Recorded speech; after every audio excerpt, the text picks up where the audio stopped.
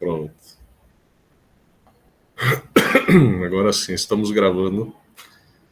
E acho que a gente pode ir começando devagarzinho, enquanto o pessoal chega. E eu não quero me demorar muito também, sabe, no tema do vocabulário controlado, porque a gente não precisa realmente fazer uma discussão técnica aprofundada do vocabulário.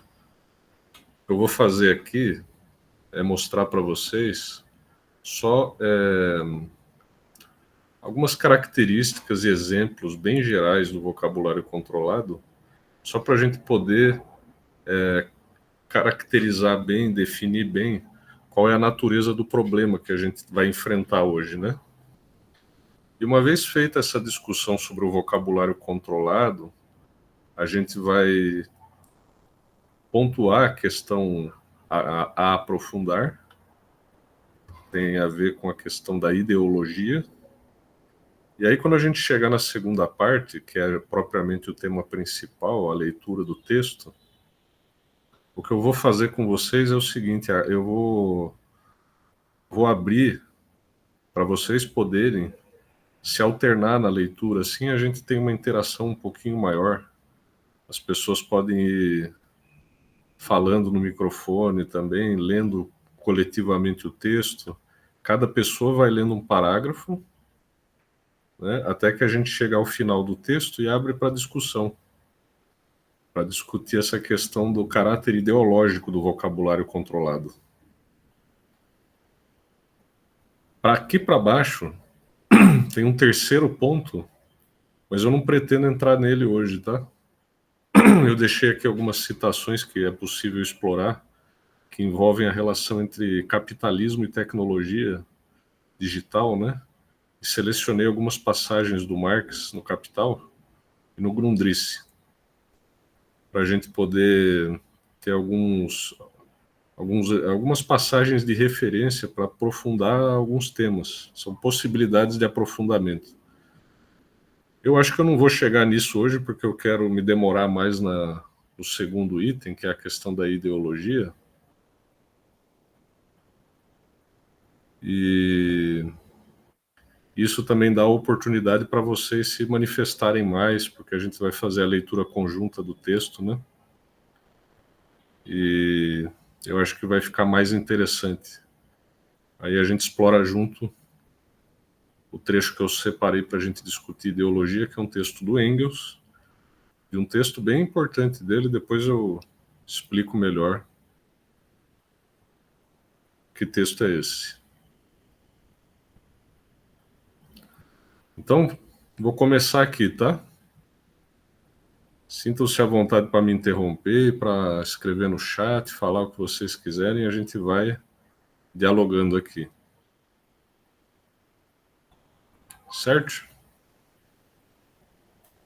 Bora lá, então.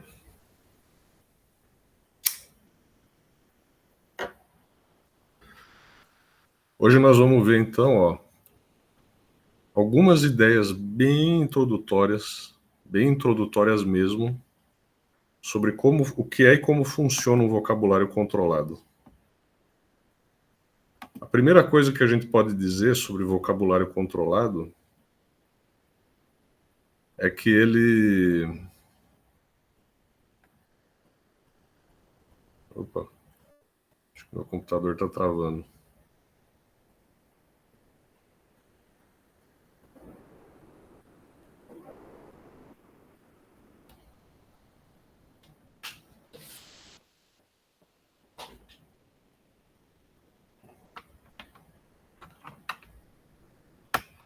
Vocês estão me ouvindo ainda?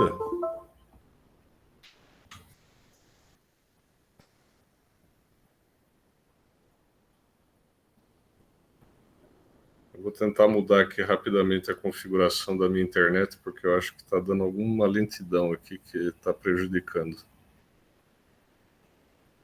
Senão eu vou começar a picar daqui a pouco a fala. Deixa eu ver se eu consigo.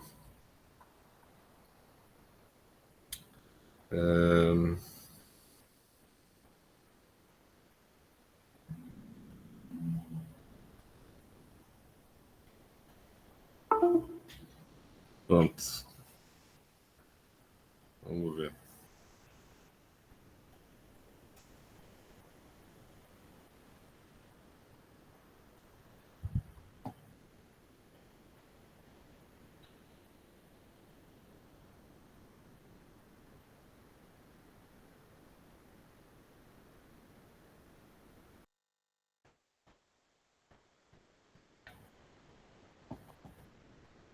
Opa, vocês estão me ouvindo?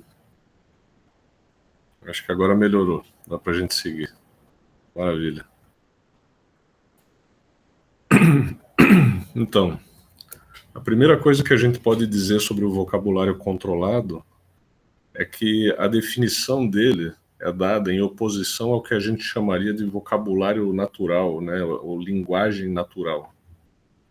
A linguagem natural se opõe à linguagem controlada.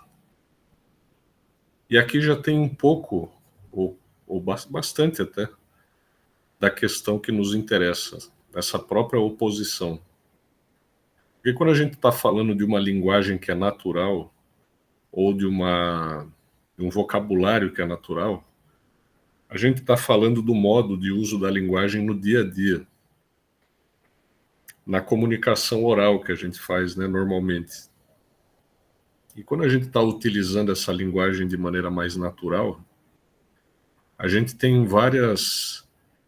não só várias informações de contexto que ajudam a gente a identificar o que está sendo falado, mas também a gente tem um uso das palavras que muitas vezes é ambíguo, né?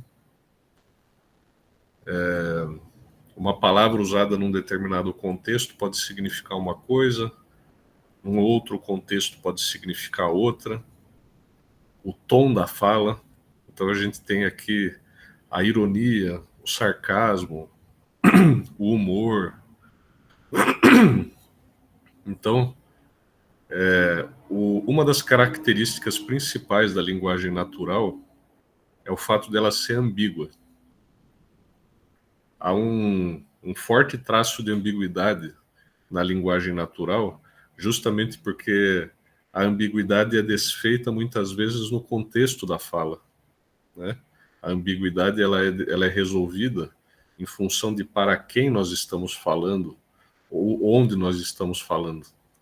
Mas o uso das palavras, pensado de maneira estrita, ele contém muitas ambiguidades, né? Muitas sobreposições, palavras diferentes que significam a mesma coisa, a mesma palavra que podem significar coisas diferentes. E é por isso que a linguagem natural não pode ser utilizada em sistemas de informação. Porque nos sistemas de informação, uma das características mais relevantes e importantes de um vocabulário que é controlado é justamente eliminar esse caráter ambíguo. É eliminar essa sobreposição de categorias. É eliminar o duplo significado das palavras. E para isso a gente faz controle. Por isso que o vocabulário é controlado. O vocabulário é controlado justamente porque há um esforço, como a Olga estava mencionando, um esforço muito, muito penoso de análise dessas palavras e de definição controlada das palavras do nosso vocabulário. E isso envolve muita controvérsia também, não só porque quando a gente tenta controlar as palavras, a gente está com um olho voltado para o pesquisador, mas porque o outro olho nosso está voltado também para a nossa compreensão da palavra.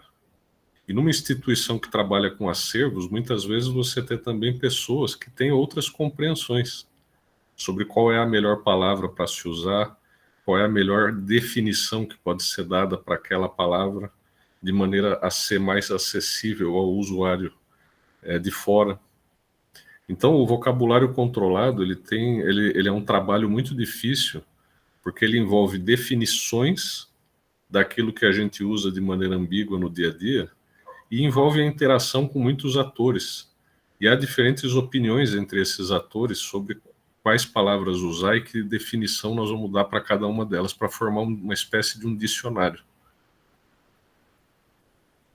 Então, o vocabulário controlado, uma das primeiras e mais importantes características que ele tem é que as categorias devem ser mutuamente excludentes. Você não pode ter uma categoria cuja definição se sobrepõe uma à outra. Normalmente, o que você quer é que o sentido de cada palavra do seu vocabulário seja unívoco, de maneira que a palavra autorizada seja fixada e as outras se transformem em remissivas para ela. Então, eu vou dar um exemplo aqui, bem simples. Índios. Índios é uma coisa que não se usa mais. A gente fala indígenas. Mas o pesquisador pode procurar índio. Ele pode pesquisar, por exemplo, gentil, que era uma palavra, né, muito antiga, que a gente às vezes encontra em documentos coloniais. Ou selvagens, para definir conforme certas pseudociências do século XIX. Então, a escolha das palavras, ela traz uma visão de mundo, né? Ela representa uma visão de mundo. Então, a gente prefere, por exemplo, controlar, vamos supor, essa categoria indígena como sendo o termo autorizado, um exemplo, e a gente pode mencionar essas outras palavras que eventualmente o pesquisador possa utilizar, e essas são remissivas à categoria indígenas, e isso, embora a confusão existisse com a chegada dos portugueses aqui, fica bem clara a divisão entre os indígenas daqui, os nativos americanos, e os índios, né, das Índias Orientais, os indianos, vamos dizer assim. Então, isso é o trabalho do vocabulário controlado. É tirar a ambiguidade do vocabulário, de maneira que cada palavra possua um significado que, ao mesmo tempo, é evidente, na medida do possível, ao mesmo tempo em que uma palavra exclui a outra, de maneira que a gente não fique em dúvida em colocar uma ou outra. A gente não quer que o nosso vocabulário controlado tenha, por exemplo, indígenas e índios ao mesmo tempo. A gente quer que essas palavras tenham definições claras e, se o conteúdo delas é o mesmo, que uma seja considerada sinônimo da outra e a gente escolha uma que é considerada autorizada para ser utilizada como opção primeira, as demais remetendo a ela. Então, isso, de uma maneira geral, é o processo de controle do vocabulário. E isso produz um vocabulário que é diferente daquele natural, usado no dia a dia nosso. A nossa linguagem natural é cheia de ambiguidades, é cheia de informações implícitas, né? De comunicação gestual, tom de voz, o que torna o vocabulário um pouco sem controle. A definição e o uso das palavras desse vocabulário acabam ficando muito por conta do contexto, e nós não podemos depender do contexto quando a gente cria o vocabulário para um sistema de informação. Esse primeiro aspecto está claro? Essa distinção entre o vocabulário natural e o vocabulário controlado. Maravilha.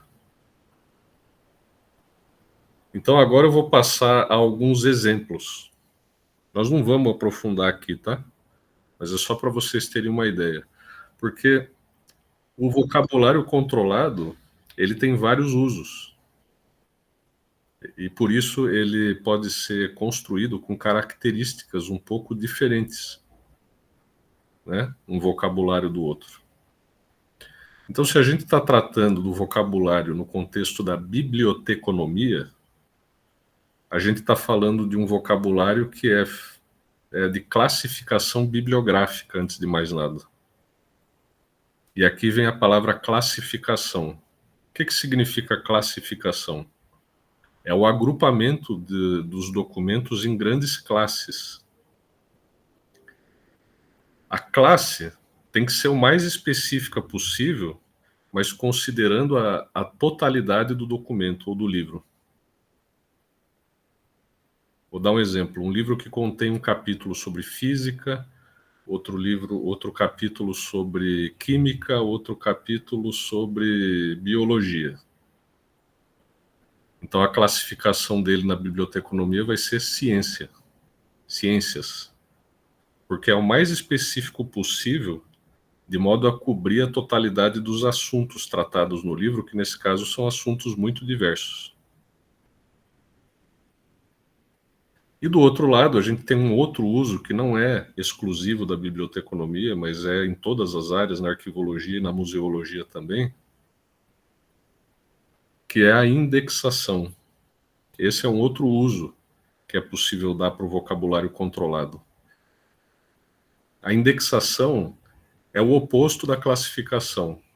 O que a classificação tenta fazer é agrupar muitos documentos, de maneira a escolher os assuntos mais específicos possíveis, mas agrupando muitos, ou muitos documentos, ou muitos assuntos do mesmo livro, ou da mesmo item documental. Já a indexação é inverso, por quê? Porque a indexação ela é feita do jeito mais específico possível. É o que a gente chama de palavra-chave. Então a gente vai indexar documentos um a um e ao mesmo tempo indexar os assuntos de que eles tratam um a um. Então um livro que trata de biofísica, biologia e química pode ter a sua classificação na biblioteca por ciências, mas ele pode estar indexado por palavra-chave para representar esses três assuntos específicos: química, biologia e física. A classificação, no contexto da biblioteconomia, é por assunto. E a indexação, que não é só por assunto, pode ser qualquer, na verdade, qualquer categoria, ela é válida para todas as áreas. A indexação por assunto é a mais comum. Então, como na biblioteconomia a classificação é por assunto, o nome desse método é método sistemático. O método de classificação sistemático é o método de classificação por assunto. E aqui eu dou 3 exemplos para vocês verem como as fronteiras entre eles são difíceis de estabelecer muitas vezes. Então a gente tem a história econômica, mas a gente tem a economia clássica. E a gente tem a sociologia histórica. Mas espera aí, a gente também tem a sociologia política. Em que sentido a sociologia política é distinta da história social? E o que distingue essas duas áreas da ciência política? E por que chama ciência política e não politicologia? Quer dizer que a sociologia e a história não são ciências?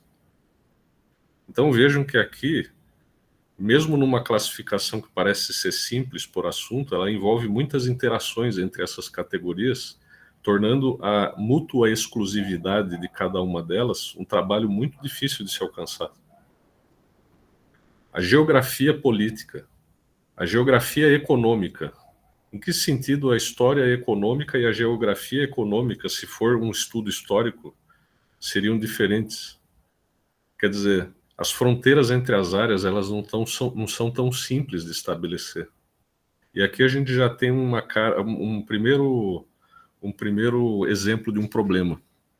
A representação dos assuntos, por exemplo, dessas grandes áreas universitárias, essa representação por assunto ela sugere que as áreas são bem definidas, mas quanto mais específico vai ficando o assunto, mais a gente vai vendo que é muito difícil estabelecer uma fronteira exata entre cada uma dessas categorias. E as categorias mais específicas, elas se cruzam constantemente, tornando muito difícil o trabalho de definição unívoca, né? De definição exclusiva. Mas o vocabulário precisa ser controlado.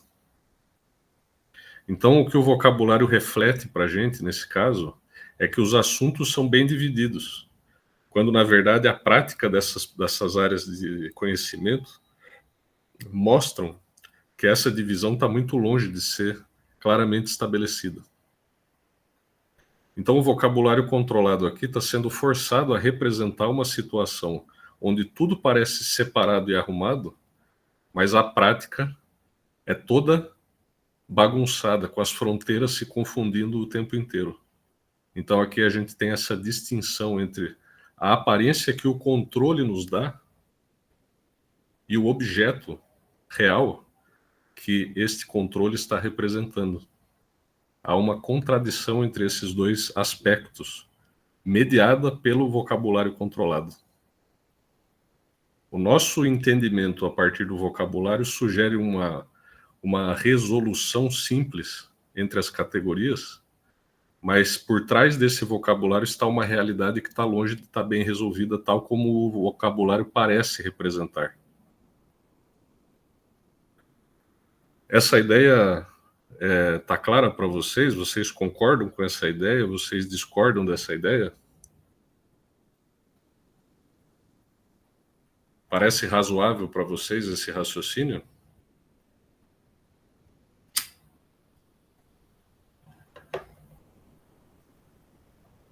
Hoje a gente já está num contexto de mais debate, tá? Então, se alguém aqui tem uma visão diferente, existem outras abordagens para o mesmo problema. Então, se manifestem também para levantar questões e tal. Seguindo, o mesmo problema se repete, só que em outras áreas do saber, no caso agora a arquivologia. Na arquivologia, a gente tem também a indexação para o assunto, a palavra-chave. É igual na biblioteconomia a indexação. Mas a classificação não.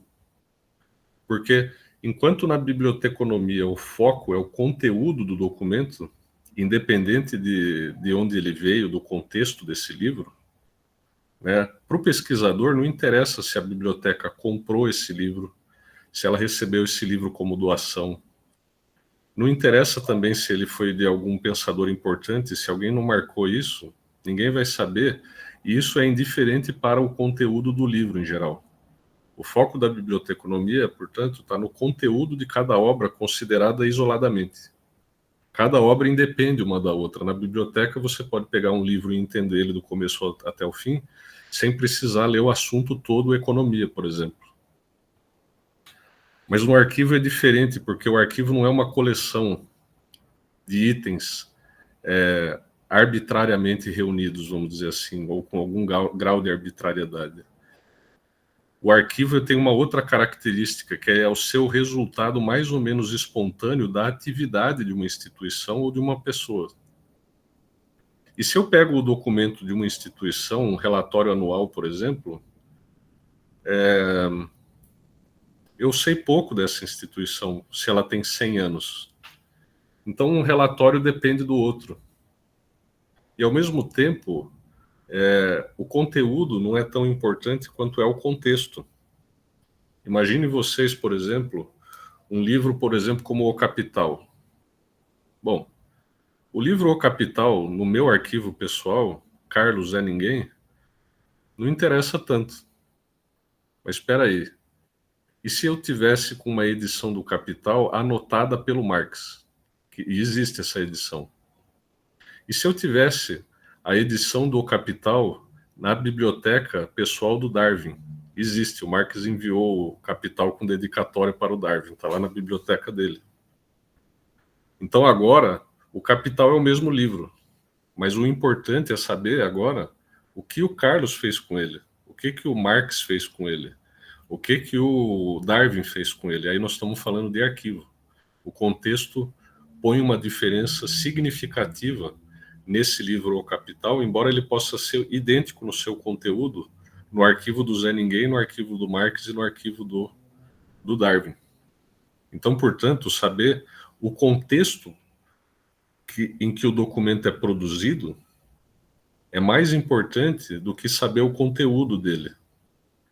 A classificação arquivística, portanto, é uma forma de tentar vincular o documento ao seu contexto de produção. Porque o arquivo é o resultado da produção documental dessa pessoa ou dessa instituição ao longo da sua vida. A documentação de arquivo reflete a vida, portanto, da pessoa e da instituição que produziu o arquivo.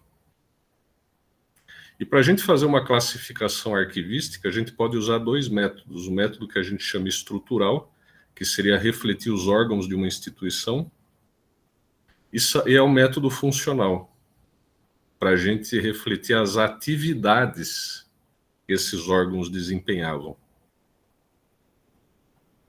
Preferencialmente na arquivologia, muitas vezes se usa o método funcional. Por quê? Porque o método funcional, ele permite que a gente represente uma atividade que é uma coisa mais ou menos permanente ao longo da vida de uma instituição, sem necessariamente prestar atenção nos muitos nomes que o departamento X ou Y teve ao longo do tempo. Porque aquele departamento pode ter mudado ao longo do tempo, de nome, muitas vezes. Então, a classificação funcional é considerada, em geral, mais estável. Mas isso não significa que os mesmos problemas de contradição que a gente viu no assunto, isso não significa que eles não existam aqui também. Uma, porque os órgãos sempre mudam de nome. É muito difícil a gente estabilizar isso, ainda mais para instituições que têm um baixo grau de formalização, como são as instituições da área da política, que é o foco da minha atuação profissional como bibliotecário e arquivista. E isso aparece muito claro no método funcional. Eu dei exemplos simples aí, mais ou menos óbvios, onde os órgãos em cima refletem atividades embaixo.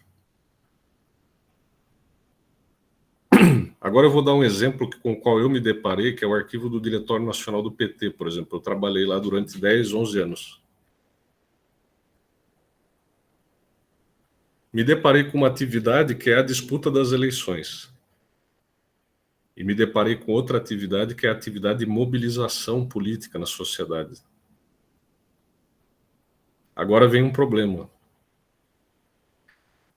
Será que eu devo colocar a disputa das eleições como a categoria principal e a mobilização como algo que está dentro dessa categoria, como algo subordinado a ela? Algumas correntes no PT pensam assim. Mas o contrário também é verdadeiro. Para algumas correntes, a mobilização é o mais importante e a disputa das eleições é um meio, certo? Então, será que eu devo colocar a disputa das eleições dentro de mobilização, porque mobilização é o principal? Qual foi a solução que eu encontrei? Manter essas duas categorias em paralelo, sugerindo que mobilização e a disputa das eleições têm o mesmo peso. O problema é que nenhuma dessas soluções resolve o problema efetivo, porque dentro do PT tem gente que pensa das duas formas, ou das três, imaginando um equilíbrio entre disputa das eleições e mobilização. Então aqui é uma tentativa de agradar gregos e troianos, vamos colocar assim, que é impossível de se realizar num vocabulário que tem que ser controlado. Não pode haver ambiguidade na relação entre eleições e mobilização. Porque tem uma ala que pensa assim, ou uma ala que pensa assado, ou numa época o PT pensou assim ou pensou assado. O vocabulário controlado tem que controlar essa ambiguidade. E ao optar por algum tipo de controle, eu optei pelo controle que me parecia ser o mais neutro, mas eu posso fazer isso criticamente, relatando isso ao pesquisador, dizendo, olha, cuidado com essa relação que eu estabeleci no vocabulário controlado, porque o controle que eu fiz, que é necessário fazer, não reflete necessariamente a relação entre essas atividades no curso da história do partido. E também não reflete todas as posições partidárias que existam dentro dele. Então, ao fazer necessariamente uma escolha de colocar a mobilização em paralelo com a disputa das eleições, eu fiz uma escolha que excluiu outras. Isso ocorreria com qualquer escolha. O problema é que eu tenho que fazer uma. Uma dessas escolhas eu sou obrigado a fazer, porque essa é a natureza do vocabulário controlado. Ficou clara essa ideia para vocês, agora no contexto da arquivologia? Vocês concordam com essa ideia? Discordam dessa ideia? Se alguém discorda, pode colocar no chat, falar, professor, você está falando besteira. E tem outros autores, né? Depois a gente pode falar um pouco disso. Tem diferentes abordagens. Aliás, eu vou falar disso agora. Vocês vão ver que esse tema que a gente está falando, que é de filosofia da informação, a gente vai ter muitas maneiras de resolver isso. Tem correntes que a gente chama, né, que poderiam ser chamadas de hermenêuticas, correntes positivistas ou analíticas, né? Tem correntes que não se colocam essa questão e, portanto, não são críticas, vamos dizer assim. Tem as pós-modernas, né, que puxam um pouco para o hermenêutico. E a gente está tratando aqui de uma perspectiva, dentre outras, que é a perspectiva dialética. Eu vou pular aqui essa continuação que eu fiz aqui embaixo, porque aqui eu usei expressões bem mais simples para mostrar o vocabulário, mas com o objetivo de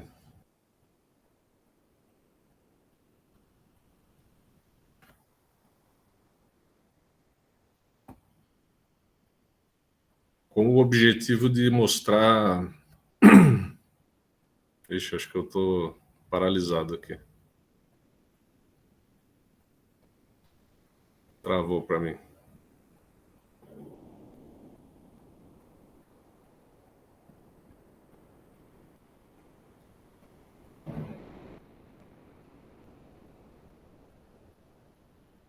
Vocês estão me ouvindo? Sim. Meu navegador paralisou aqui. Pronto, voltou. Eu vou pular essa parte aqui que eu falo de tipos de vocabulário controlado no que diz respeito à estrutura. E aqui eu usei expressões mais simples, só para vocês verem como funciona. Mas eu não vou me aprofundar nisso, não, tá? É só para vocês saberem. Mas um vocabulário controlado poderia ser construído na forma de lista unitermo, listas hierarquizadas, cabeçalhos de assunto, tesauros. Isso aqui é só um aspecto formal do problema. É para mostrar que, independente do modo como a gente organiza o vocabulário, frequentemente a gente vai se deparar com o mesmo problema sempre, que é o de estabelecer categorias mutuamente excludentes. Então eu vou pular essa parte para a gente ser rápido e poder ter um momento mais de debate e menos de falação da minha parte, e vou diretamente agora para o nosso problema central. Qual é o nosso problema central? É a lógica formal inerente aos sistemas de representação de informações e a lógica dialética que é inerente aos processos sociais e históricos que os sistemas de informação tentam representar. Do que resulta o caráter necessariamente ideológico dos vocabulários controlados.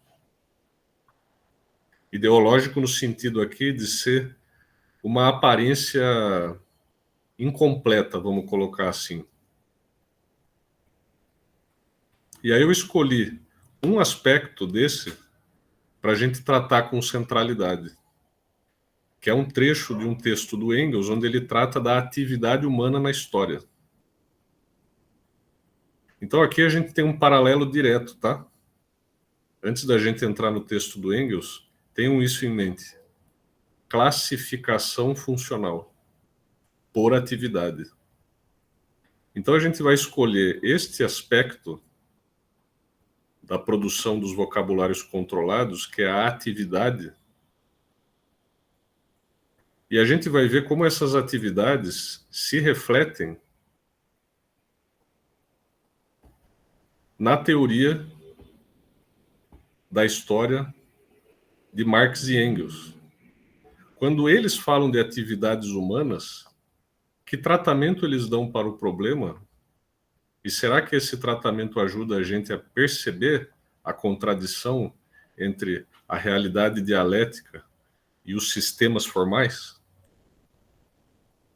Eu já adianto a resposta que sim, o trecho do Engels vai ajudar a gente a chegar nessa reflexão. A questão é como. E para a gente não ter uma entrada brusca no texto para um tema assim que parece ser muito diferente, vamos pegar uma coisa tão aparentemente inocente como gestão de recursos humanos, né? Todo mundo que já trabalhou em empresa privada aqui, primeiro se faz a pergunta, né? Talvez no Estado também, até, não, acho que aqui é em todo lugar. Será que os recursos humanos estão sendo geridos mesmo? Tem um trabalho de gestão efetiva de recursos humanos? Outra coisa, interessante a gente associar humanos com recurso. Recurso para uma finalidade. Qual finalidade? Bom, se é uma empresa privada, a gente pode representar essa finalidade de várias maneiras. Mas uma delas não seria provavelmente a produção de mais-valia. A gente não produziria um vocabulário controlado para o nosso contratante privado, sugerindo para ele que a categoria principal da sua atividade fim seja a produção de mais-valia. A gente vai dizer que ele serviços, né, serviços de comunicação, produção de serviços, oferta de serviços de comunicação.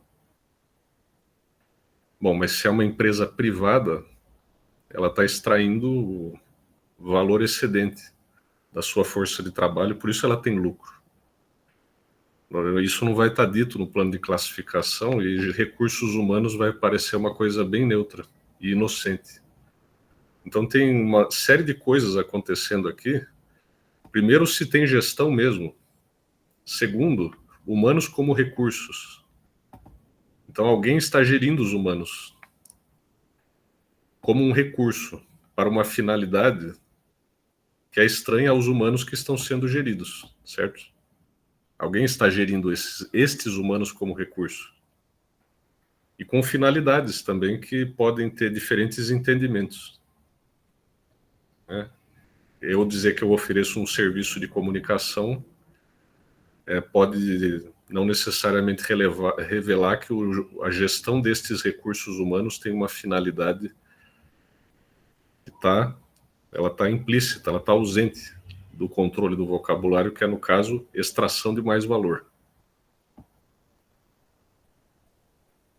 Então aqui a gente tem são contradições entre as categorias que envolvem o nosso sistema controlado e as relações humanas efetivas, que parecem ser bem mais complicadas do que as atividades que a gente escolheu lá no nosso vocabulário controlado.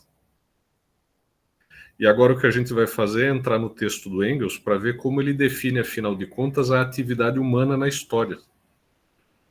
Ele vai explorar diferentes dimensões dessa atividade para mostrar que está longe. Mesmo uma atividade imediata, específica, bem determinada, o Engels vai mostrar que há um grau de complexidade nessa atividade que muito dificilmente é possível de representar num sistema formal como são os sistemas de informação.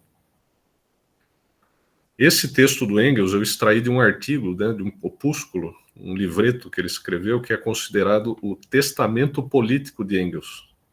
É como se fosse uma obra de despedida na qual ele faz um grande resumo de tudo que ele e o Marx escreveram e pensaram, como uma espécie de um testemunho para gerações futuras, para pesquisadores do futuro. Então esse texto é muito rico em vários aspectos, porque ele é resumido e ao mesmo tempo muito abrangente no tratamento dos temas. E há uma determinada passagem em que ele fala da história da natureza e outra passagem em que ele passa a falar da história humana. E é nesse ponto que nós vamos começar uma leitura coletiva, e o que eu vou sugerir para vocês é que cada um leia um parágrafo. Quem quiser pode se habilitar, abrir o microfone, iniciar a leitura, e eu vou comentando com vocês esses parágrafos para a gente evoluir junto na reflexão desse tema. Eu vou fazer a leitura apenas no caso de alguém não se habilitar. Se alguém se habilitar, seria legal porque a gente faz uma coisa mais interativa, né? A gente enjoa menos, porque a minha voz eu acho que vocês já estão cansados de ouvir, né? Infelizmente o curso teve uma dinâmica menos interativa por conta do tamanho da turma. Mas agora é a hora de repente, vocês também se colocarem para leitura e, eventualmente, comentarem o texto também, conforme a gente evolui nela. Tem alguém que se habilita a ler? Se tiver, está aberto. Ah, é verdade. Vocês devem estar em lugares que podem não permitir o microfone, né?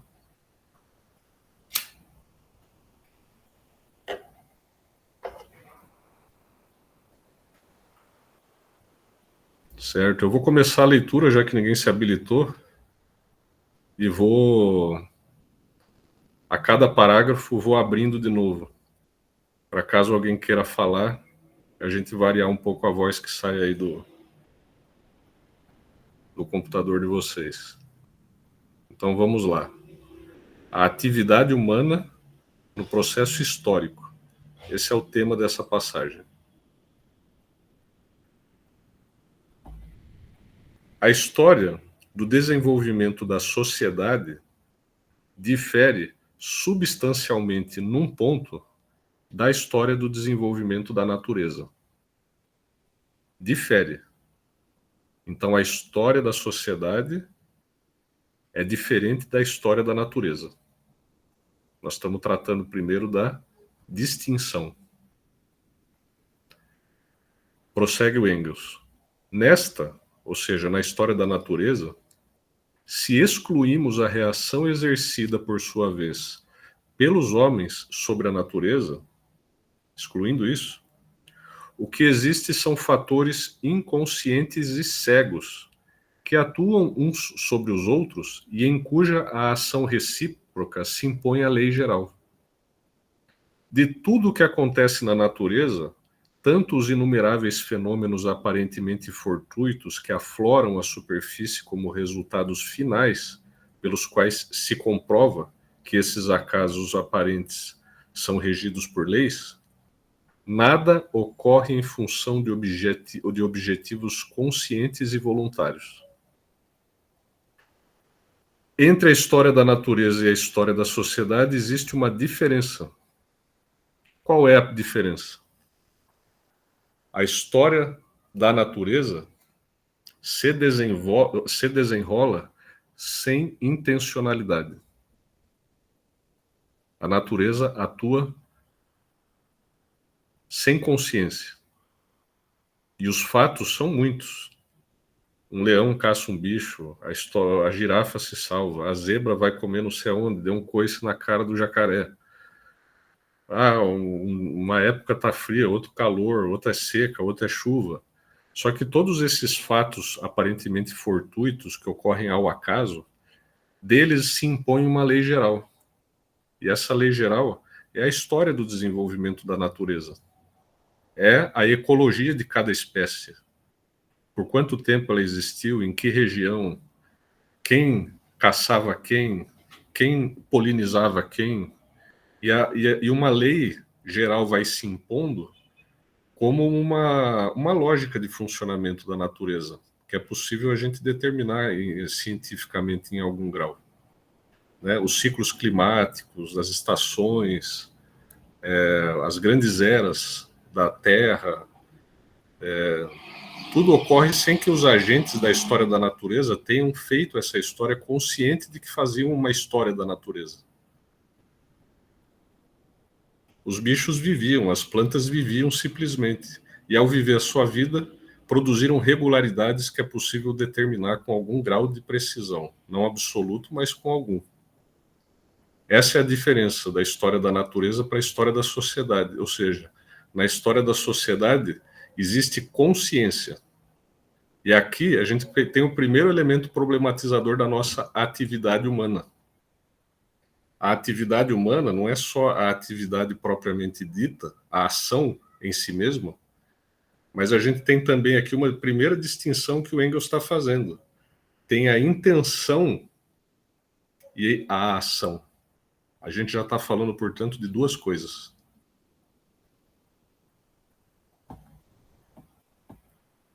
Tudo certo?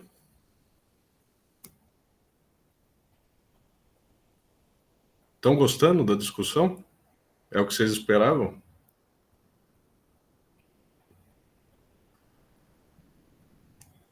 Legal. Vamos continuando, então.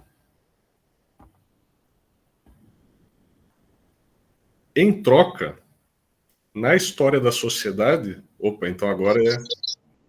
Opa, pode falar. Achei que alguém abriu o microfone para falar, acho que foi um acidente. Em troca, na história da sociedade, os agentes são todos homens dotados de consciência. Homens e mulheres, né? Obviamente. O Engels é um cara do século XIX. Dotados de consciência, que atuam sob o impulso da reflexão ou da paixão, buscando determinados fins. Aqui, nada se produz sem intenção consciente, sem um fim desejado. Então, na história da sociedade, não é só a ação humana, tem a intenção dos agentes. Isso já torna a ação mais complicada do que na história da natureza, porque os agentes têm uma intenção antes de agir. A ação propriamente dita nem sempre coincide com a intenção que o agente tinha. É isso que ele vai dizer agora. No entanto, por muito importante que seja para a pesquisa histórica, em particular de épocas e acontecimentos isolados, essa diferença em nada altera o fato de que o curso da história se rege por leis gerais imanentes. Ele está falando que o fato da história humana ter o elemento consciência não significa que não haja também algumas leis. Assim como existem leis da história da natureza, existem leis da história da sociedade. E por que essas leis existem? O que é muito estranho a gente imaginar, certo? Veja se vocês concordam comigo. Se cada um tem uma intenção diferente e somos milhões de indivíduos, como é que essas intenções e escolhas nossas, que podem ser tão diversificadas, tão variadas, tão divergentes, como é que essas intenções acabam produzindo leis, regularidades? É uma relação aparentemente estranha. Acredito que vocês concordem nisso comigo. Muita gente trabalha com essa ideia de que o fato de haver muitos agentes e muitas intencionalidades, e que essas intencionalidades são tão variadas, as ações também são a ponto de não ser possível determinar nenhuma regularidade na história. Tudo parece ser muito arbitrário e casual. Ocorrem ao acaso as coisas. O que levaria a gente a imaginar que leis não podem ser determinadas, mas o Engels está dizendo que sim. Existem leis na história da sociedade. E como é que ele vai justificar, como é que ele vai chegar a esse raciocínio? Ele vai dizer o seguinte, ó. Também aqui é o acaso aparente que reina. Ora, é o que a gente viu agora.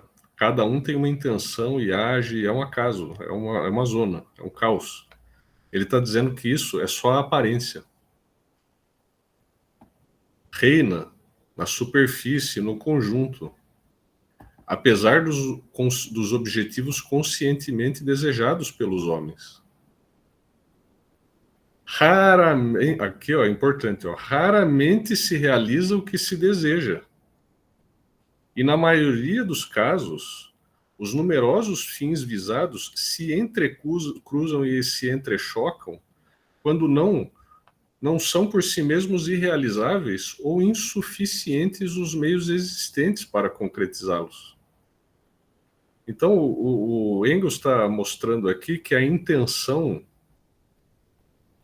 é filtrada por elementos não intencionais. As muitas intenções se chocam e formam médias, vamos dizer assim, né, uma distribuição de probabilidades. Há muitos fins que se chocam, esses fins produzem movimentos gerais para um lado ou para outro, ou às vezes as intenções elas são muito arbitrárias e não correspondem às condições materiais existentes. Então eles são fins irrealizáveis. A intenção acaba sendo filtrada por essas limitações da época. E tudo isso produz, nos seus grandes números, e por uma lei que é probabilística, produz regularidades no movimento da história humana, apesar das intencionalidades muito arbitrárias que marcam cada indivíduo. E ele continua esse raciocínio aqui embaixo, ó. Os choques entre as inumeráveis vontades, são muitas vontades, e atos individuais. A gente tem as vontades individuais, os atos individuais, a ação propriamente dita. Criam no domínio da história um estado de coisas muito semelhante ao que impera na natureza inconsciente. Ué, vejam que coisa estranha. A primeira frase do texto era o quê? A história do desenvolvimento da sociedade difere substancialmente num ponto da história do desenvolvimento da natureza. Aqui, a história da sociedade e a história da natureza estão numa relação de oposição. E o Engels desenvolveu essa oposição, enfatizando a importância do elemento consciente. Agora, parece que ele mudou de ideia. Parece que agora a história da sociedade e a história da natureza são iguais, são idênticos. Quando ele antes tinha dito que eles eram opostos. Os choques entre as inumeráveis vontades e atos individuais, lembrando que vontade não existe na natureza porque não tem intencionalidade, criam no domínio da história um estado de coisas muito semelhante ao que impera na natureza inconsciente. A natureza inconsciente, a natureza inconsciente aparece aqui como igual à história consciente, vamos dizer assim, a história com consciência. O que antes era oposto, a história da natureza e a história da sociedade, agora aparecem como idênticos. O que significa isso? Por que a história da sociedade tem uma dinâmica parecida com a da história da natureza? Como é que é possível que indivíduos atuem com vontade, intenção e consciência, mas o resultado seja inconsciente, igual é na natureza? É assim que o Engels explica. Ó. Os objetivos visados pelos atos são produto da vontade, mas não são os resultados. A vontade está por trás do ato, mas o resultado que o ato produz não é determinado pela vontade, e sim pelas circunstâncias. Olha o que está acontecendo aqui. A atividade humana, que parecia ser uma coisa tão simples como gestão de recursos humanos, agora ela é uma coisa bem complicada, porque aqui tem o objetivo visado, ou seja, a intenção, a vontade por trás do ato. A gente tem o ato propriamente dito, e de quebra, a gente tem o resultado do ato, que não é determinado pela vontade, mas pelas circunstâncias. Vejam que fenômeno complicado que a atividade virou. Parecia que era tão simples a gente tratar de atividade lá na arquivologia, e agora, com o Engels, a categoria atividade, que é tão importante para a classificação arquivística no método funcional, de repente ela vira uma coisa muito instável, muito difícil de a gente determinar sem ambiguidade, sem contradição, sem relações complexas, que às vezes são de identidade e às vezes de oposição. A intenção, a ação e o resultado da ação. Tudo isso é atividade humana. Os objetivos visados pelos atos são produto da vontade, mas não são os resultados que na realidade decorrem deles. E, mesmo quando momentaneamente parecem ajustar-se aos objetivos visados, encerram finalmente consequências muito diversas daquelas que eram desejadas. Então ainda tem essa. O resultado pode produzir uma consequência indesejada. O Engels trata disso num texto na dialética da natureza para falar, por exemplo, da destruição do meio ambiente. Ele dá exemplos da economia na antiguidade e na época feudal de como populações humanas destruíram inadvertidamente campos, pastagens, montanhas e provocaram consequências indesejadas, secas, inundações, a morte do gado, a crise de populações, de vilas, de regiões inteiras por conta de ações humanas sobre a natureza que, de maneira não deliberada, acabaram produzindo consequências que afetaram o desenvolvimento dessa história humana. A história humana foi modificada por um resultado não intencional da própria atividade humana sobre a natureza. Modernamente, a gente está falando, por exemplo, do aquecimento global. Então tem essa. A atividade não é só o objetivo visado, que foi determinado pela vontade, e nem é o ato propriamente dito. É também o resultado desse ato e as consequências não intencionais que esse ato eventualmente pode provocar. Tudo isso é atividade humana. Por isso, em conjunto, os acontecimentos históricos também parecem regidos pelo acaso, porque as vontades são muitas. Ali, porém, onde na superfície das coisas o acaso parece reinar, ele é, na realidade, governado sempre por leis imanentes ocultas, e o problema consiste em descobrir estas leis. O que o Engels está dizendo aqui é que estamos vendo que a atividade humana é uma coisa extremamente complicada. Tem a intenção, tem a ação, tem o resultado da ação e tem as consequências indesejadas, não intencionais da ação. Tudo isso em interação com as circunstâncias da época histórica e um indivíduo se chocando com outro. O que ele está dizendo é que desse caos e dessa aparente arbitrariedade se produz uma regra estatística, vamos dizer assim, uma regra probabilística que permite que quando a gente tira o zoom da história, a gente consegue ver que esse aparente acaso produziu regularidades não intencionais. A história humana evoluiu de modo regular, uma vez que a gente possa olhar para o passado, mas essa regularidade não estava prevista na intencionalidade dos agentes. A humanidade faz a sua própria história, mas a faz sem consciência da história que está fazendo. E é por isso que o Marx e o Engels caracterizam a época das sociedades de classe como a pré-história da humanidade. Porque a história da humanidade, embora seja feita pela própria humanidade, é feita de tal modo que o resultado total é não intencional.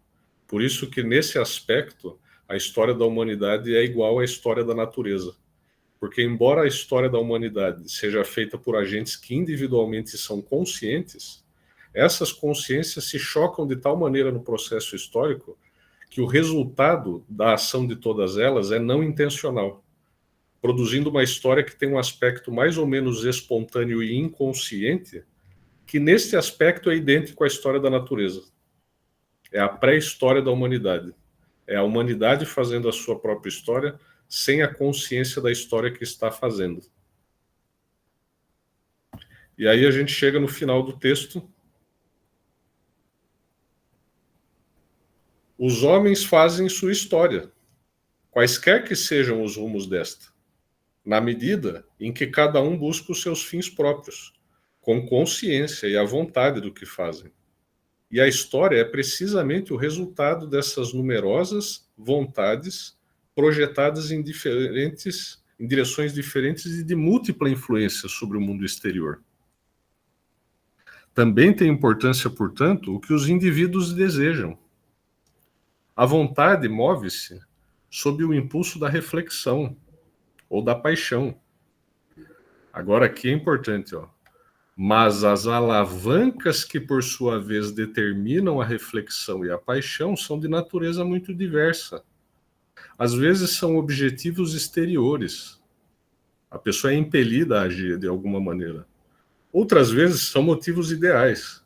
A ambição, a paixão pela vontade e pela justiça, o ódio pessoal e também manias individuais de todo gênero.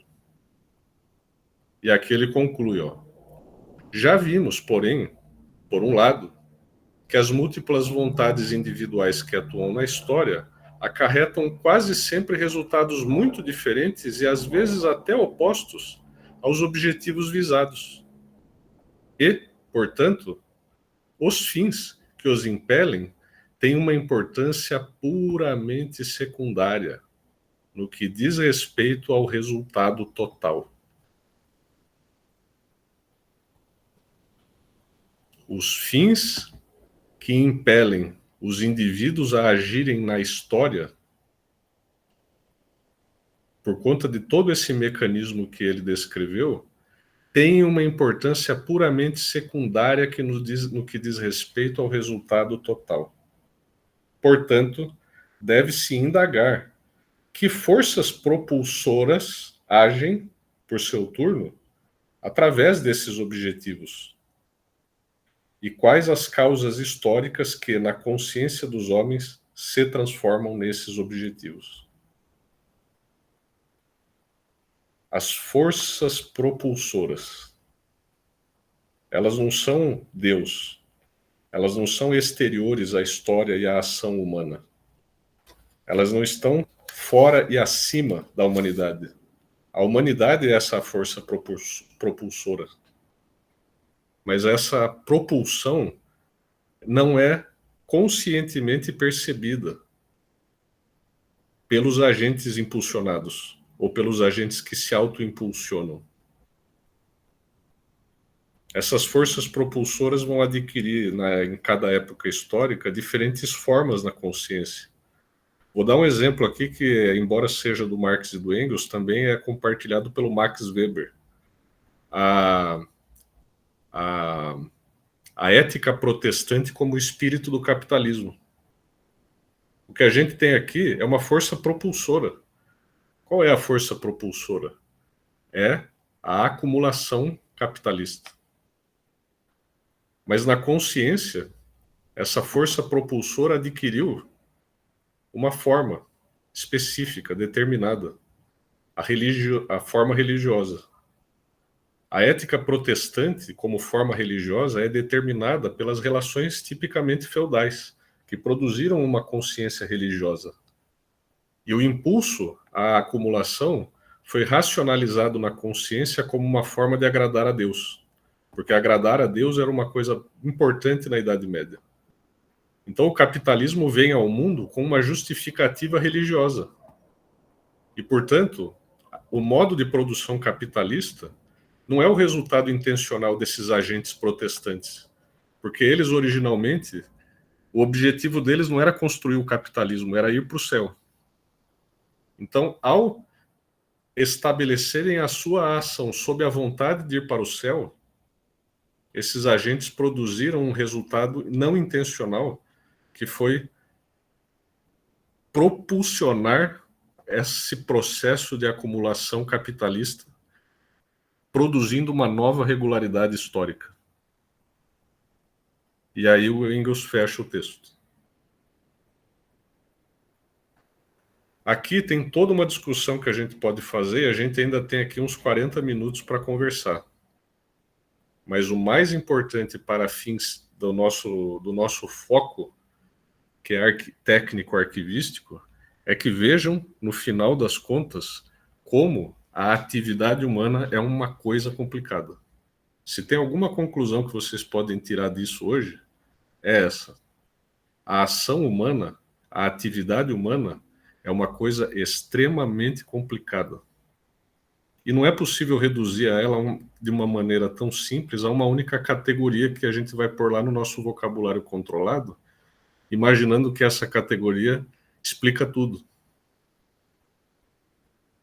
Então a ação tem por trás a intenção, tem à frente o resultado. E o resultado, muitas vezes, é não intencional. Então, peraí, se eu estou falando da relação entre a... Ah, é tudo um caos? Parece um caos. Essa é a tese do Engels. Parece um caos. Parece arbitrário. Porque cada indivíduo pensa de um jeito, faz uma coisa, justifica a sua vida de uma determinada maneira. Outro dia eu peguei um cara na rua vendendo para mim caneta, e ele veio me explicar que ele estava vendendo caneta porque o Silvio Santos começou vendendo caneta. Então a meta dele era virar um milionário vendendo caneta. Tem gente que se propõe a ser milionário de outras formas, não exatamente vendendo caneta por causa do Silvio Santos. Agora veja o que acontece.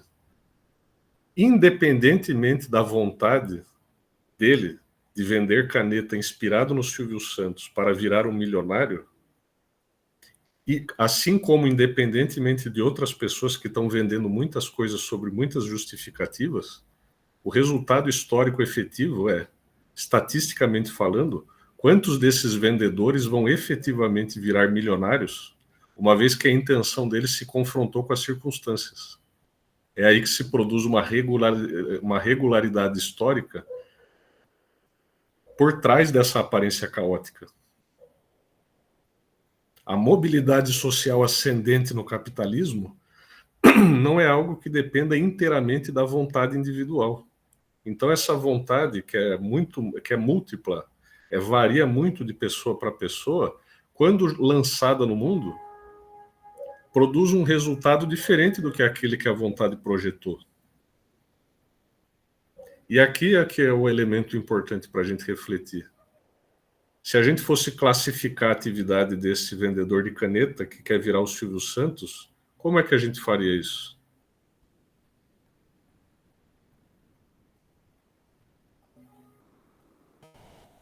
Muitas coisas não são dados. Por exemplo, vender caneta, se tornar milionário. Acho que eu entendi. Aqui, por exemplo, a relação entre vender caneta e se tornar milionário talvez possa ser estatisticamente estabelecida pelo resultado final da ação de todos os vendedores, produzindo um dado regular. E isso independentemente da intenção que os agentes tinham, se tornar milionário. Agora, se você tivesse com o arquivo particular deles na mão e fosse classificar, qual categoria você colocaria para representar a atividade desse vendedor? Você pode simplesmente dizer, vendendo caneta. Mas ao fazer isso, você deixa coisas de fora.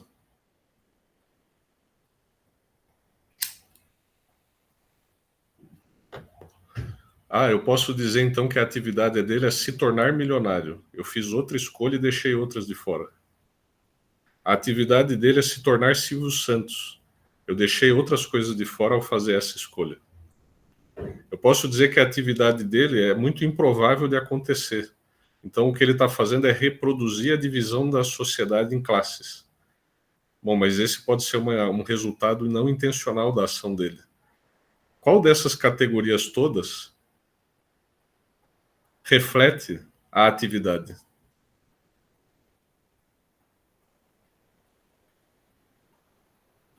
Essa é a pergunta que eu... Categorias para arquivo, exatamente. Qual seria?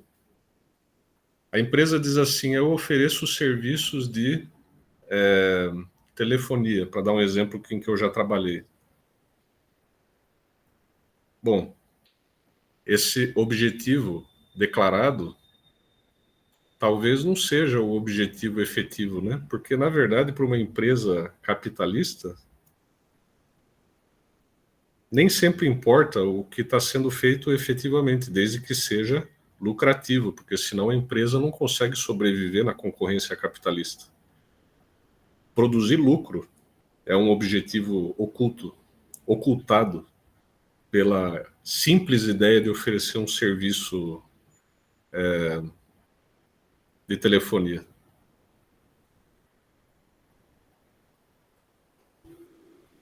Ah, eu vou fazer a revolução, mas espera aí, a pessoa tem uma intenção revolucionária, mas ela pode estar agindo de maneira a reforçar outras coisas, que não são a intenção dela. O que eu devo colocar na classificação arquivística desse grupo político? A intenção dele? A ação efetiva, independente da intenção que ele injeta nessa ação? Ou é a consequência indesejada da ação efetiva dele? Qualquer escolha que eu faça por qualquer uma dessas categorias, eu vou deixar algum aspecto do problema de fora. E desde um ponto de vista dialético, o que eu estou fazendo é ocultar relativamente um elemento, um aspecto de um problema bem complexo, considerado como problema histórico, e eu estou fazendo uma escolha. A escolha, quando traz à frente apenas uma das dimensões desse processo tão complicado, deixa de fora e oculta as demais, fazendo que, de um ponto de vista da ciência da história, pelo menos dessa ciência que se põe materialista e dialética, a escolha por qualquer uma das categorias para representar a atividade vai deixar outras dimensões contraditórias dessa atividade de fora dessa escolha, produzindo assim um vocabulário controlado, um plano de classificação que não reflete a instituição ou a pessoa na sua completude.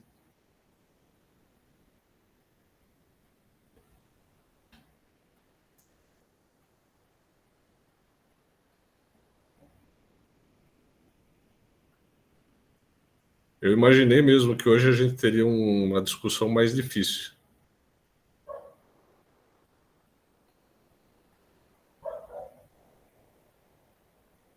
Por isso que eu acho que eu acabaria, de alguma forma, surpreendendo um pouco vocês, porque a discussão que eu estou apresentando aqui a partir do Engels, ela é central para a compreensão do que significa a história como ciência para o Marx e para o Engels. Mas vocês, como alunos de história, provavelmente, eu não estou dizendo com certeza, vocês podem me dizer, provavelmente não tinham tido contato com esse conteúdo antes.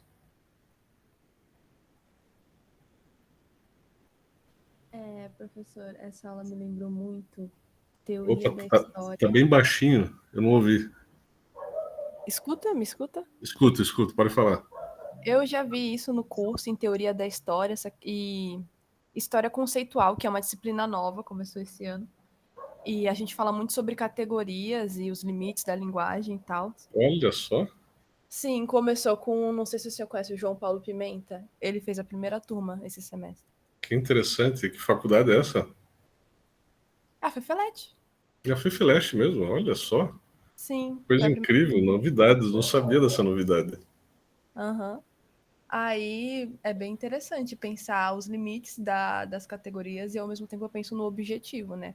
Por exemplo, eu classificaria, talvez o senhor pode me julgar, mas como vendedor de caneta. Aí, dependendo da pesquisa da pessoa, ela vai encontrar, tipo, essa como uma exceção, sabe? Tipo, não é um simples vendedor de caneta.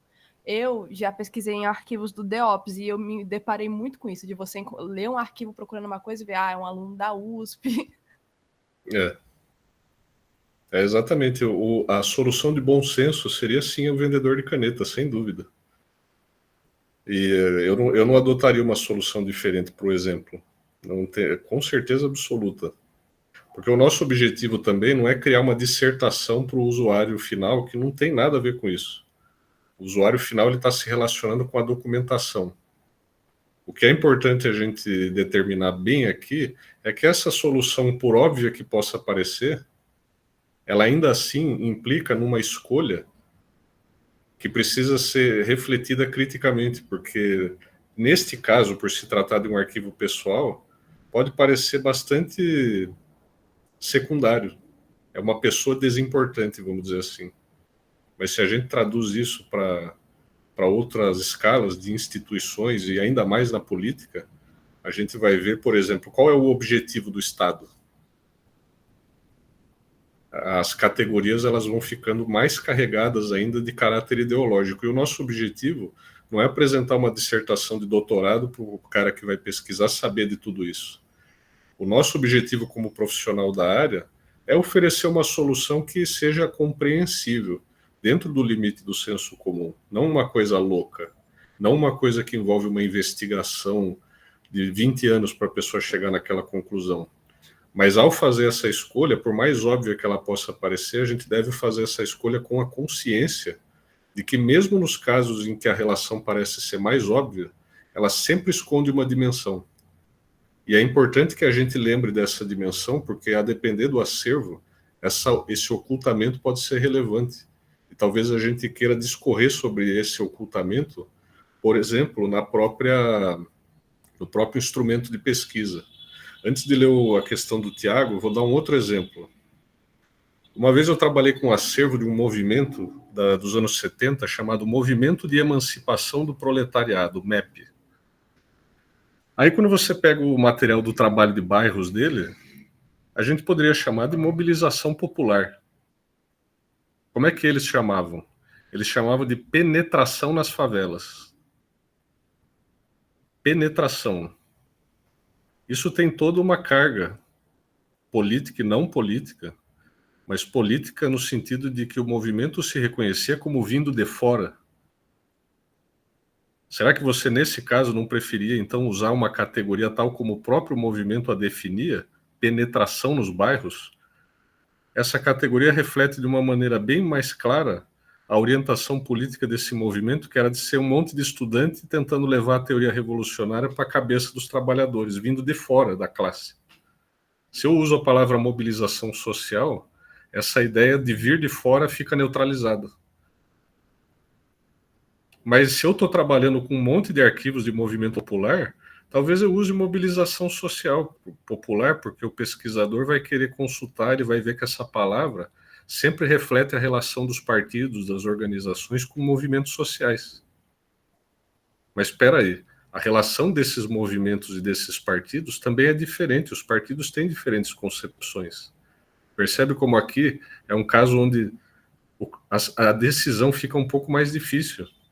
Porque se eu coloco mobilização política, que seria mobilização popular, eu ganho, porque eu uso uma palavra controlada que unifica no meu acervo todas as ações de mobilização popular, sob uma mesma expressão que facilita para o pesquisador.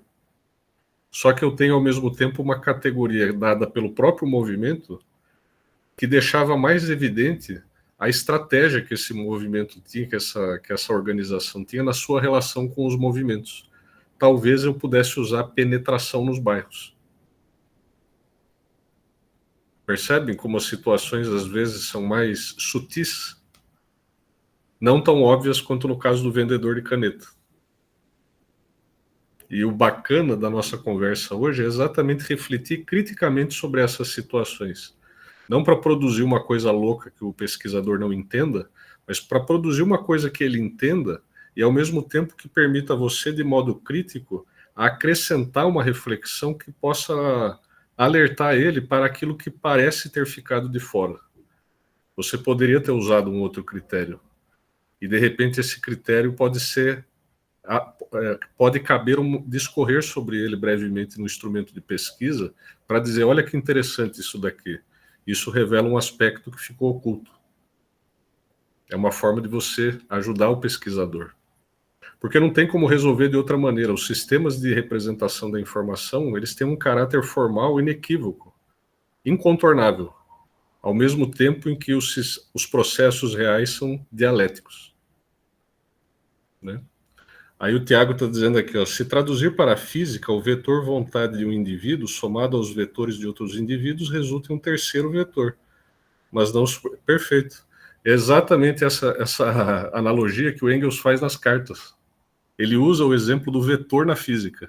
Se você procurar nas cartas do Engels, o mesmo raciocínio que ele apresenta nesse documento está apresentado na carta pela analogia da física.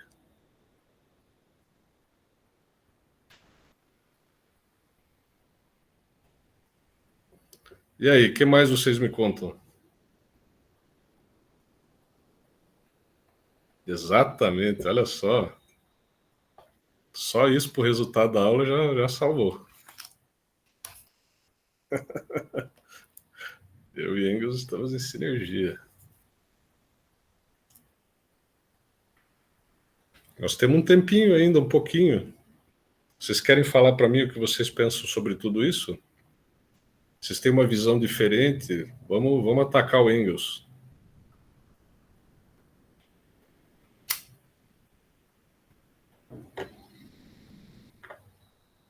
Vocês, além da Júlia, teve outra pessoa que já teve contato com esse material na disciplina de História? Teoria da História. Vocês viram alguma coisa nessa linha?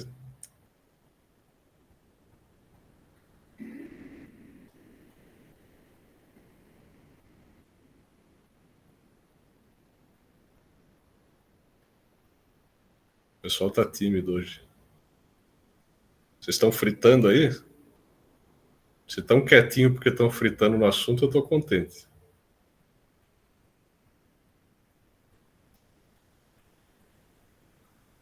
De uma certa forma, Tiago, ele faz o seguinte. Na verdade, ele não só confronta o determinismo geográfico na história da sociedade, ele tá também confrontando o determinismo geográfico até na história natural. Porque ele está considerando, sim, a geografia como um elemento determinante, mas sem cair num determinismo. A geografia é uma condição sobre a qual a história da natureza e da humanidade agem, atuam, acontecem, ao mesmo tempo em que essa ação modifica o ambiente geográfico. Mas não é possível você determinar o fim, um fim último da natureza ou um fim último da história humana a partir do elemento geográfico, da dimensão geográfica. E é isso que te levaria provavelmente a considerar como determinismo geográfico. Então aqui eles trabalham a determinação como condicionamento e não como causa.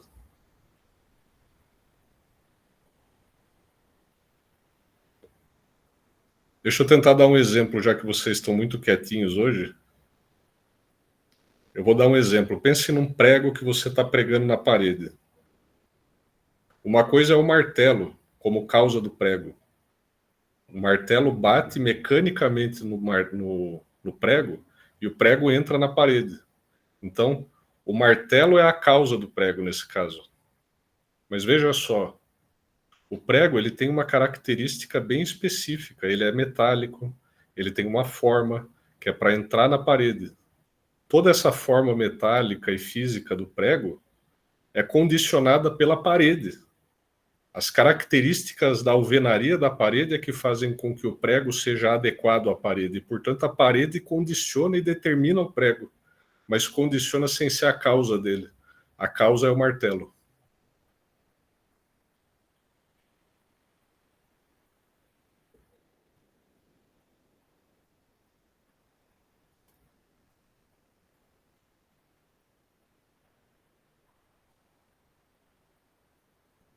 Nossa, o pessoal está muito silencioso.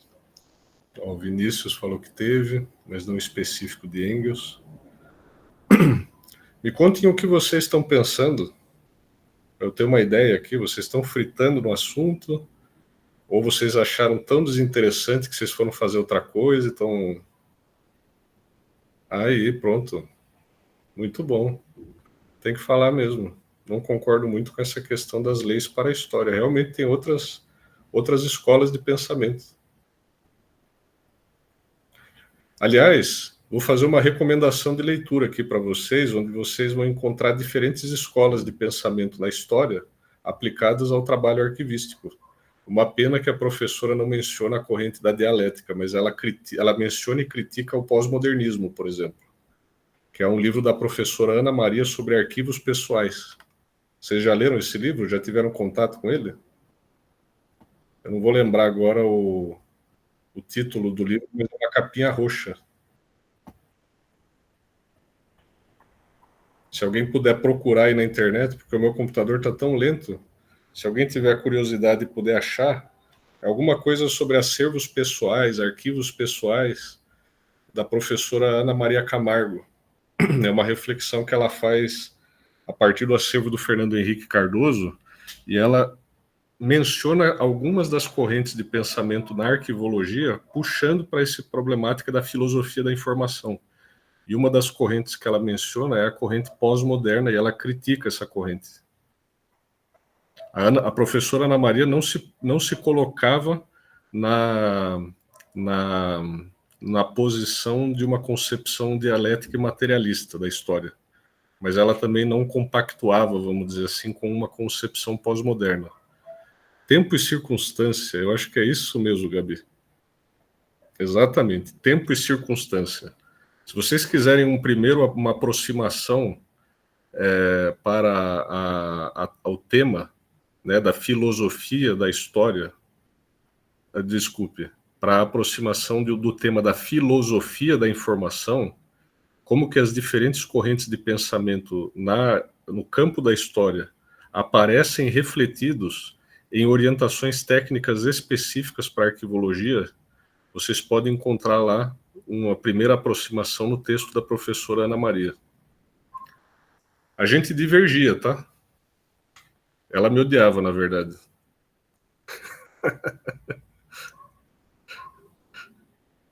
A professora Ana Maria não era muito simpática ao meu trabalho, não. Mas ela é uma pessoa muito importante na área, e eu acho que todos nós que colaboramos com ela, independente de concordar ou não, todos temos acordo no fato de que ela foi uma pessoa muito relevante e ensinou muito para muita gente. Eu aprendi muito com ela em arquivologia, sem dúvida nenhuma.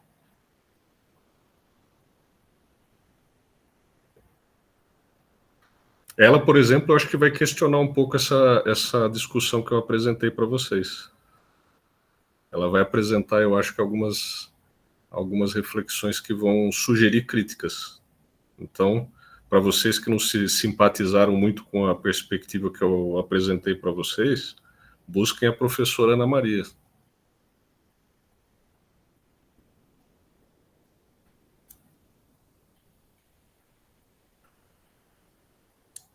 E aí, turma? Mais alguém quer falar? Digitem as ideias de vocês aí. Estou curioso para saber o que vocês estão pensando.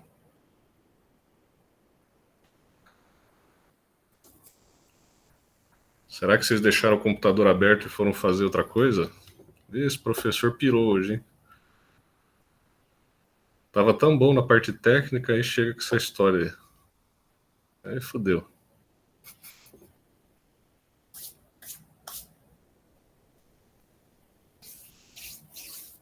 Gente, que silêncio.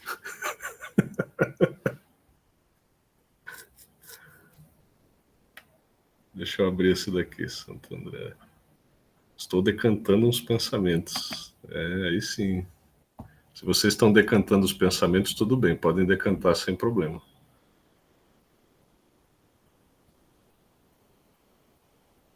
Ah, certo. Aliás, olha só, para quem o Flávio mandou esse material, esse aqui é uma outra recomendação de leitura que eu ia fazer para vocês. Não exatamente esse texto que o Flávio mandou, por ser um texto da Ana Maria, né, da professora Ana Maria. Mas existem dois textos outros dessa coleção que eu recomendo muito que vocês vejam. Como fazer classificação arquivística e como fazer controle de vocabulário. Como fazer vocabulário controlado.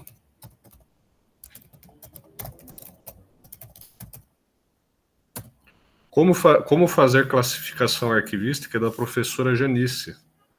Ajuda vocês a entenderem aquela questão inicial que eu apresentei sobre o método de classificação funcional e estrutural em arquivologia. E como fazer controle de vocabulário é da minha orientadora no meu trabalho de TCC, que é a professora Joana Smith. As duas são profissionais incríveis, e a professora Joana Smith não desenvolve no texto dela nenhum aspecto relativo à filosofia da informação, tá? É um manual técnico para quem tiver interesse em vocabulário controlado, na dimensão técnica do processo de produção do controle do vocabulário. Legal. A parte técnica achei super interessante. E a parte teórica nem tanto, né, Júlia? Pode falar, não tem problema. Joga na cara. Joga na cara.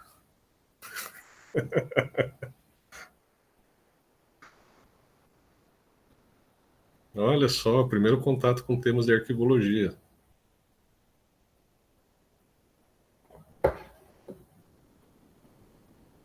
Como fazer classificação é da professora Janice. Janice Gonçalves, eu acho o sobrenome dela. O Como Fazer Vocabulário Controlado é da professora Joana. Deixa eu ver se eu acho aqui.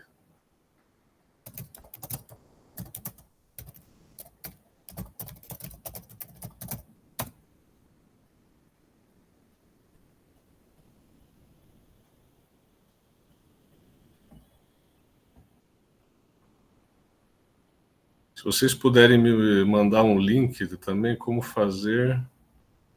Eu não estou achando os links aqui procurando rápido e o meu computador também está muito, muito lentinho. Mas tem uma coleção Como Fazer, tem um dos volumes dessa coleção do Como Fazer, ela trata de controle de vocabulário.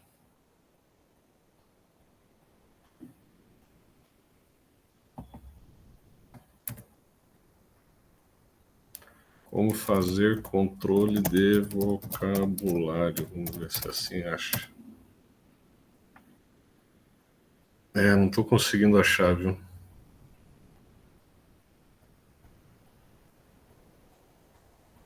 De repente o link está...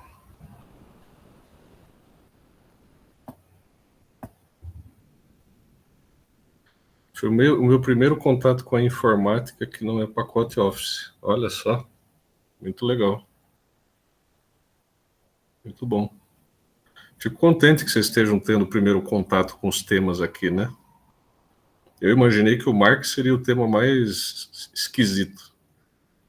Mas parece que então na história está tendo mais desenvolvimento esse assunto, né?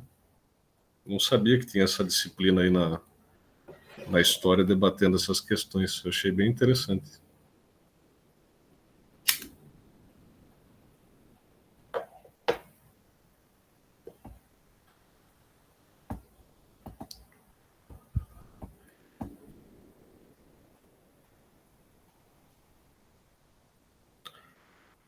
Aqui, ó, como elaborar vocabulário controlado. Achei. A professora... Opa!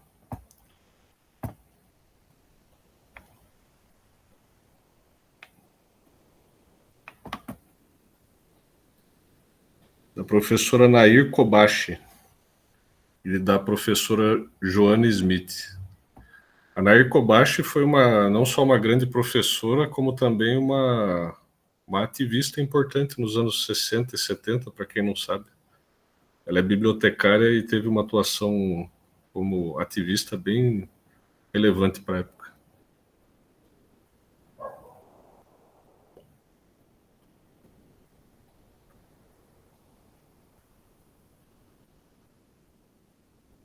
Essa reflexão do Engels sobre a diferença entre as vontades e os resultados me lembrou também uma reflexão do Mao, de que o processo histórico gera contradições. Exatamente. A atividade humana como praxis também é algo trabalhado pelo Mao.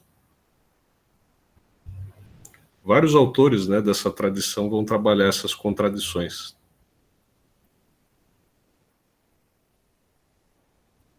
A questão entre a relação entre a consciência e a prática.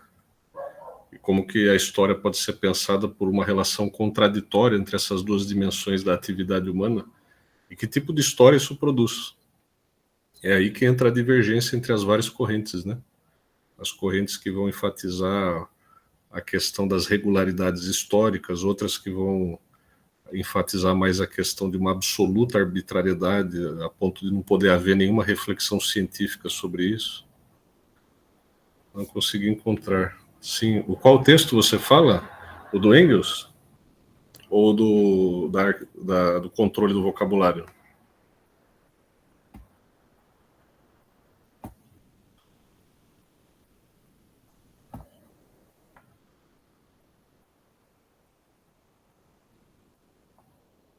Isso, deixa eu colocar aqui, eu não estou conseguindo acessar o link, mas eu tenho o título dele certinho aqui, ó.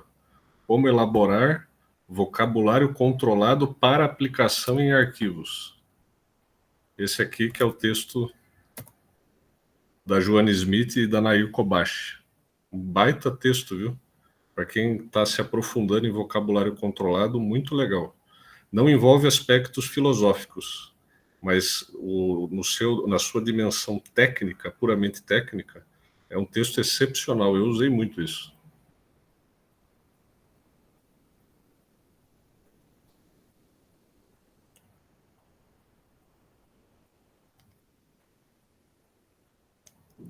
Legal. E aí, o que mais vocês estão fritando? Nós temos ainda alguns minutinhos. Se vocês quiserem compartilhar comigo. E mesmo se vocês não tiverem uma opinião formada sobre o tema, é legal também vocês me mandarem, ó, aí o link. Legal. Mandem assim, olha, gostei, não gostei, achei esquisito. Ah, eu já tinha visto, gostei, concordo. É legal que vocês compartilhem assim as opiniões de vocês, porque também, se a gente tiver cursos futuros, eu vou saber também como dar uma abordagem mais interessante, né, para o interesse que vocês têm maior. De repente, a filosofia da informação é um aspecto menos interessante do que a parte tecnológica, né? A praticar o aspecto tecnológico pode ser mais interessante do que refletir filosoficamente sobre a tecnologia. De repente, essa é a pegada do grupo. A gente pode pensar em oportunidades futuras com outros focos, né?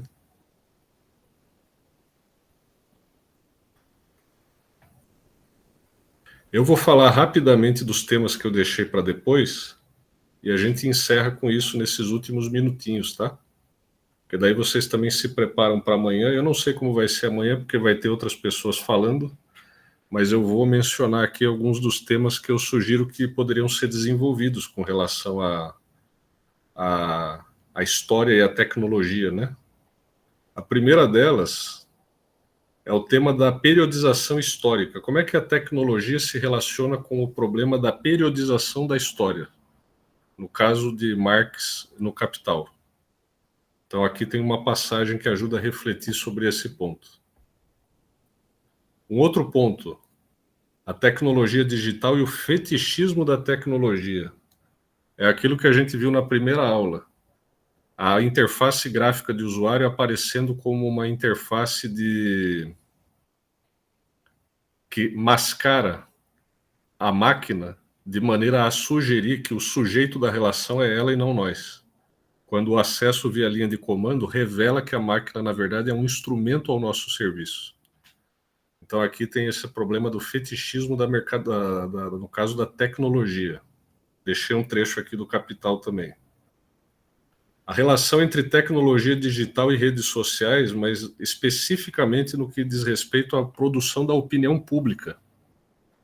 Aqui eu faço uma analogia da democracia, como Marx a vê, no caso não no Capital, mas aqui num outro livro chamado Luta de Classes na França.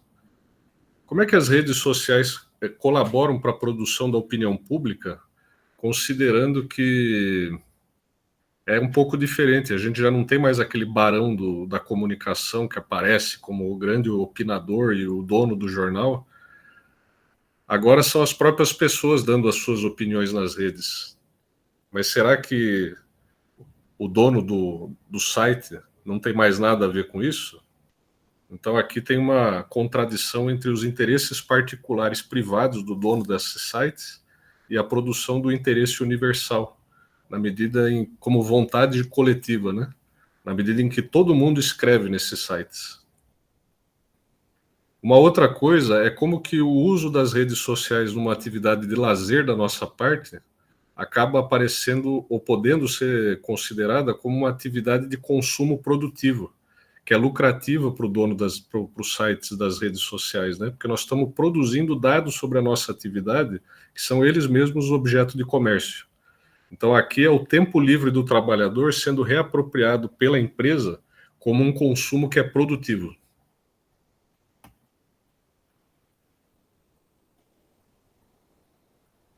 E por último, dois aspectos.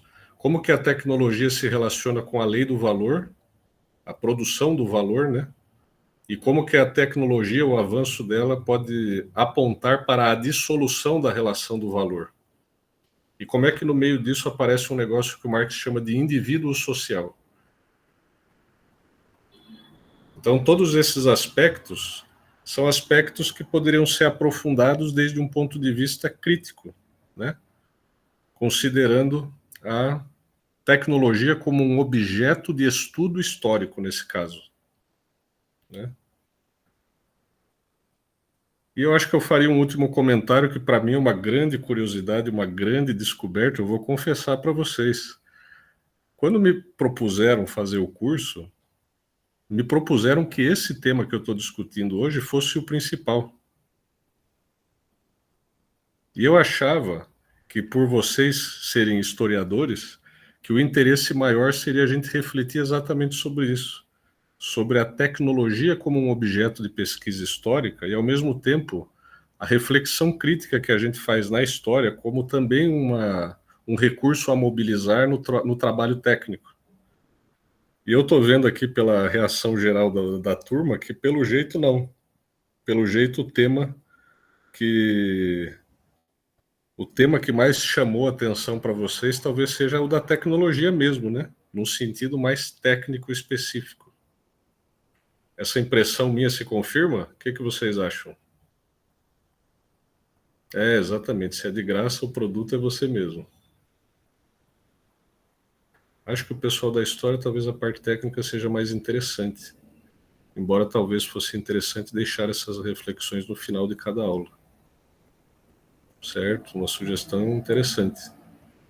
Acho que pelo curso de História ter bastante reflexão, a parte prática acaba chamando mais atenção. Né? A gente já pensa demais no curso, né? Fica com uma vontade de pôr a mão na massa. Imagina a parte técnica seja mais interessante como curso de extensão, justamente pela ausência dessas discussões na graduação. Eu gostei bastante dessa parte teórica, a parte técnica foi mais inédito para mim. Mas a prática sem reflexão acaba sendo alienante. É isso aí. Legal. Um bom retorno. Me surpreendeu, para ser franco para vocês, viu? Eu achei que esse tema ia estimular mais vocês pelo que o pessoal tinha me falado e no fim parece que não. Parece que a parte prática e mais estritamente técnica é o que tem mais apelo mesmo, né? Muito interessante. Alguém mais quer colocar alguma coisa? Não esqueçam da lista de presença, né? O link foi aí no meio aí da discussão. Eu já não sei onde está, tem que subir um pouco aí no chat para achar. E amanhã a gente vai fazer um debate onde nós vamos ter a participação do professor Lincoln, da História Econômica, e da companheira, né, da colega Rosa, que também é lá do departamento, eu acho que ela é doutoranda, se eu não me engano, é do grupo de pesquisa, de um grupo de pesquisa da História Econômica. E o objetivo amanhã vai ser fazer um debate, né? Não sei se um debate entre eu e eles, né, nós três, ou se eles vão propor algum tema para a gente debater abertamente com todos. Eu não sei exatamente qual vai ser a dinâmica que nós vamos adotar, mas de uma maneira geral, a nossa questão vai ser a tecnologia como objeto de pesquisa da história, como um tema de pesquisa histórica, né? E não tanto mais a parte técnica e prática, né? Essa parte nós terminamos ontem. Eu cá entre nós, eu vou confessar para vocês, quando eu faço o curso, eu gosto mais de dar a parte técnica, viu? Eu também gosto disso. Essa noção de produtividade, de a gente instalar coisas e aprender coisas novas e fazer processamento em grandes lotes, né? Tanto que eu não tenho nem mestrado, né? Eu não sei se vocês chegaram a pesquisar aí o meu perfil, mas eu não tenho nem o mestrado e nem o doutorado, portanto, né? Eu sou um cara da prática mesmo. Mais alguém quer se manifestar?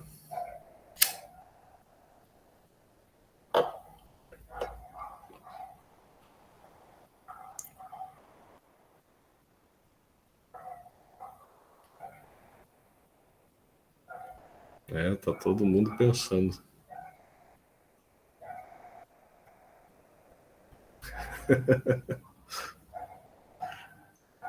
Eu acho que é isso então, turma.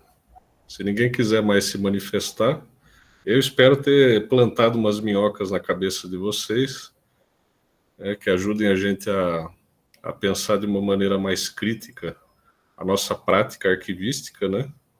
Espero que vocês tenham gostado. Eu entendi que vocês gostaram mais das outras, mas, enfim, acho que é isso. Cada um com a sua inclinação. Eu também gosto mais dos outros temas. Teve lista de presença? Teve. Na verdade, a lista de presença, Antônio, vai ser feita basicamente pela presença gravada na sala. Então, a gente vai usar essa lista de presença como um recurso caso a presença da sala dê algum problema. Mas o próprio Google faz um registro da presença da sala, então provavelmente vai aparecer que você estava ontem.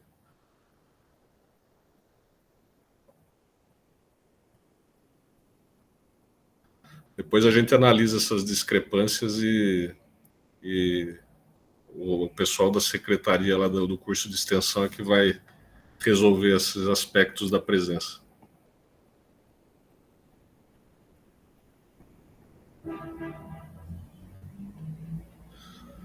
Tá certo, turma? Agradeço pela presença de vocês, espero que vocês tenham gostado. Se não gostaram, não tem problema também. Pode xingar o professor.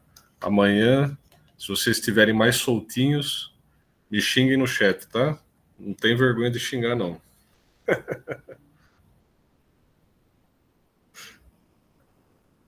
Valeu, pessoal. Muito obrigado. Amanhã a gente se vê para o último encontro. Um grande abraço aí para vocês.